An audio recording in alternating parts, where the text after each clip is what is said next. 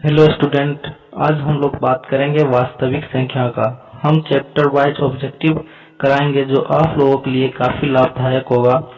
तो इसलिए मेरे चैनल पर आप बने रहने के लिए मेरे चैनल को सब्सक्राइब कर दें। जो जितना भी इम्पोर्टेंट क्वेश्चन वास्तविक संख्या से निकला है वो सभी आप लोगों के सामने मैं रख रहा हूँ। इससे बाहर एग्जाम में कुछ नहीं आएगा। तो आइए बिना टाइम गवाए हुए अब डायरेक्ट हम क्वेश्चन पर चलते हैं। पहला क्वेश्चन है, दो या दो से अधिक अभाज्य संख्याओं का मोशो क्या होती है। तो देखिए, अभाज्य संख्या है, अभाज्य संख्या को मोशो में निकालना है। तो अभाज्य संख्या क्या होती है? 2, 3, 5, 7, इस तरह अभाज्य संख्या। अब देखिए क्वेश्चन बोल रहा है दो या दो से अधिक, तो दो या दो से अधिक हमने अभाज्य संख्या ले लिया। अब क्या करना है, इसका मोशो निकालना है। तो देखिए मोशो हम भाग विधि से निकालते हैं। 2 और 3 का अब हम मोशो निकालते हैं। तो 2 एकाई 2, यहाँ आ जाएगा 3 में से 2 गया 1, यहाँ आ जाएगा 2, ये 2 उतरता है यहाँ। तो अब देखिए यहाँ 1 को 2 बार में लगाएंगे तो 2 बार में कट जाएगा। तो इस प्रकार मेरा जो एचसीएफ होगा वो क्या हो सकता है?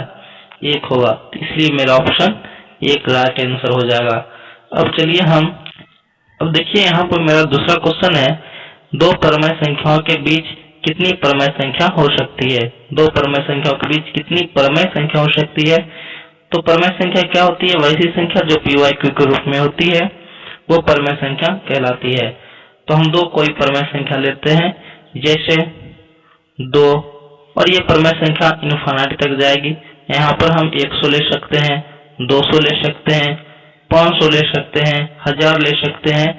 इसलिए इन दोनों संख्याओं के बीच क्या होगी? अनंत परमेय संख्या होगी। तो इसलिए मेरा ऑप्शन अनंत हो जाएगा। अब चलिए तीसरा क्वेश्चन, निम्नलिखित में कौन अभाज्य संख्या है। तो यहाँ देखिए अभाज्य संख्या क्या होती है?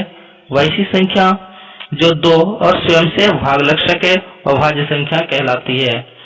अभाज्य संख्या 2 या स्वयं से भाग लग सके अभाज्य संख्या कहलाती है। तो यहाँ देखिए अभाज्य संख्या क्या है?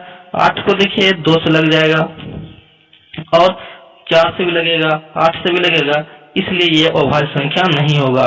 9 को देखिए ये 3 से लगेगा, 9 से लगेगा, ये भी अभाज्य संख्या नहीं होगा।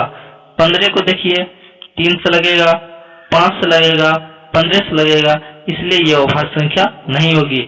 इसलिए मेरा ऑप्शन नंबर ऑप्शन 11 वाला हो जाएगा। 11 को देखिए यहाँ किसी से भाग नहीं लगेगा, सिर्फ स्वयं को छोड़कर, इसलिए 11 मेरा अभाज्य संख्या राइट आंसर है। अब देखिए हम दो संख्याओं का मोशो 25 है और लोशो 50 है, तो संख्याओं का गुणनफल क्या होगी।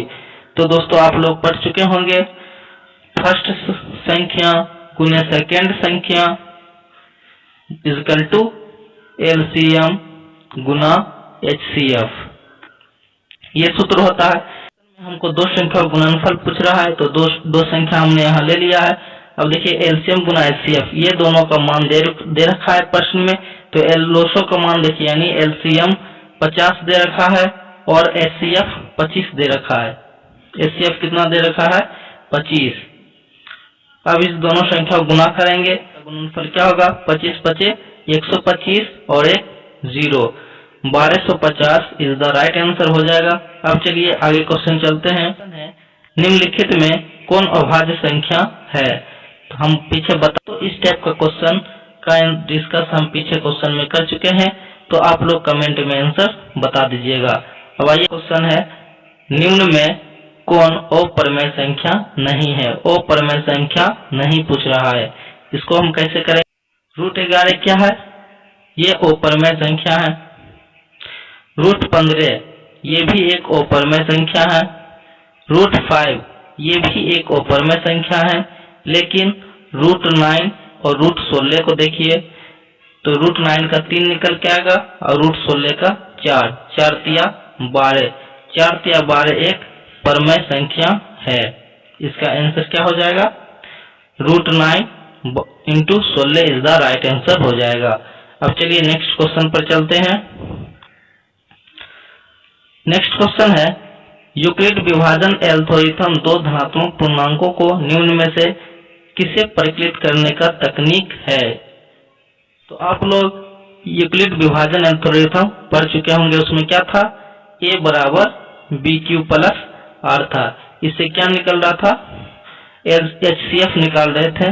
इसका आंसर क्या हो जाएगा, मोसो मतलब HCF। अब क्वेश्चन है, निम्न में से कौन परमेय संख्या है। तो इसमें देखिए ऑप्शन है, 4 दे रखा है, +3, 2√2 भागा 2, 4 + √5 और √6। +3 ये परमेय संख्या नहीं हो सकती है। √6 भी परमेय संख्या नहीं होगी, 4 + √5 भी परमेय संख्या नहीं होगी। लेकिन ये ऑप्शन को देखिए, 2√2 भागा √2। अब इसका हम हर का परमेयकरण करेंगे, हर का परमेयकरण करेंगे तो √2 गुना √2 2 दूनी 4 हो जाएगा। अब यहाँ √2 और √2 √2 गुना √2 = 2 होता है। अब यहाँ काट देंगे, 2 बार में कटेगा, 2 एक परमेय संख्या है, इसलिए राइट आंसर क्या हो जाएगा, 2√2/√2। अब चलिए नेक्स्ट क्वेश्चन पर चलते हैं। अब चलते हैं 9वां क्वेश्चन पर।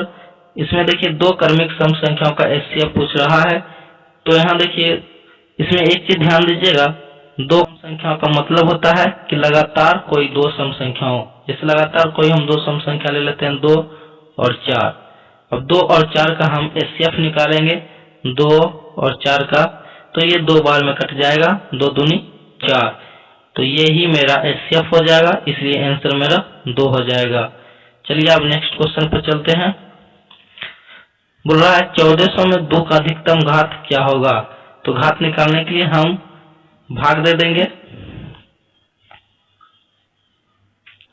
तो यहाँ देखिए 1400 में 2 से हम भाग देंगे तो ये हो जाएगा 700, फिर 2 से देंगे ये हो जाएगा 350, फिर हम 2 से भाग देंगे 175, फिर अब हम 5 से भाग देंगे, जब 5 से भाग देंगे तो ये 35 आ जाएगा, फिर 5 से भाग देंगे तो ये 7 आ जाएगा। तो इस प्रकार मेरा क्या बन रहा है, 2 की पावर 3, 5 का पावर 2 और 7 का पावर 1। हमसे पूछ रहा है क्या, 2 का अधिकतम घात। 2 का अधिकतम घात क्या होगा, 3, तो 2 का अधिकतम घात 3 होगा, यही मेरा राइट आंसर होगा।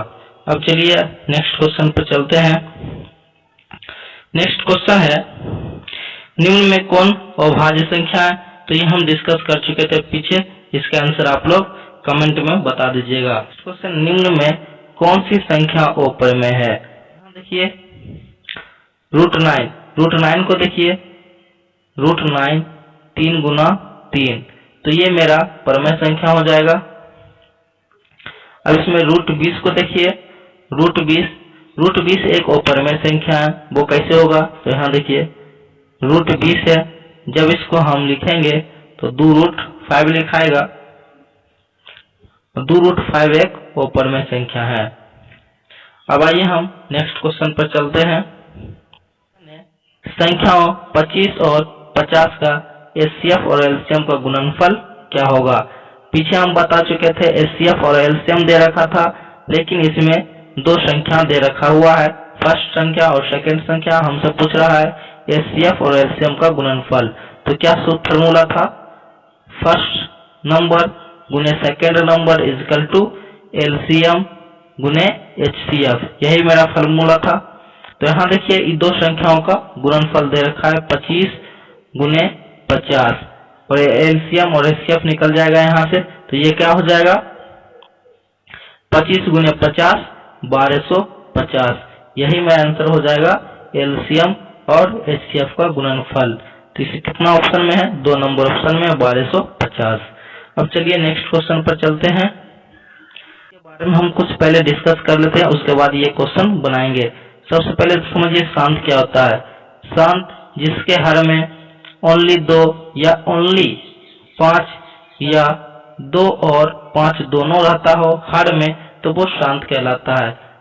इसी का विपरीत अशांत क्या कहलाता है, यदि जिसके हर में 2 5 या 2 5 के अलावा अन्य कोई भी संख्या रहता हो तो वो क्या कहलाता है, वो शांत कहलाता है। जैसे एक हर में हम ले लेते हैं 2 गुना 3, तो यहाँ देखिए 2 है, उसके साथ साथ 3 है, इसलिए ये अशांत आवृत्तिक होगा।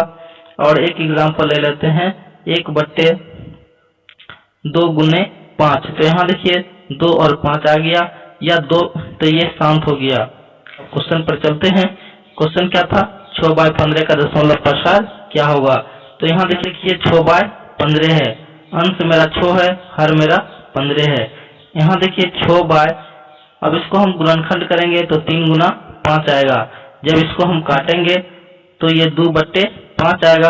अब देखिए इसके हर में 5 आ गया, तो इसलिए ये शांत आवृत्ति का हो जाएगा। तो ऑल स्टूडेंट बताइए आज का कैसा लगा टॉपिक। ये वास्तविक संख्या का जितना भी ऑब्जेक्टिव बन रहा था हमने आप लोगों के सामने रखा है। अगर अच्छा लगा हो तो मेरे चैनल को सब्सक्राइब कर दीजिए, लाइक और बेल आइकन दबा लीजिए। और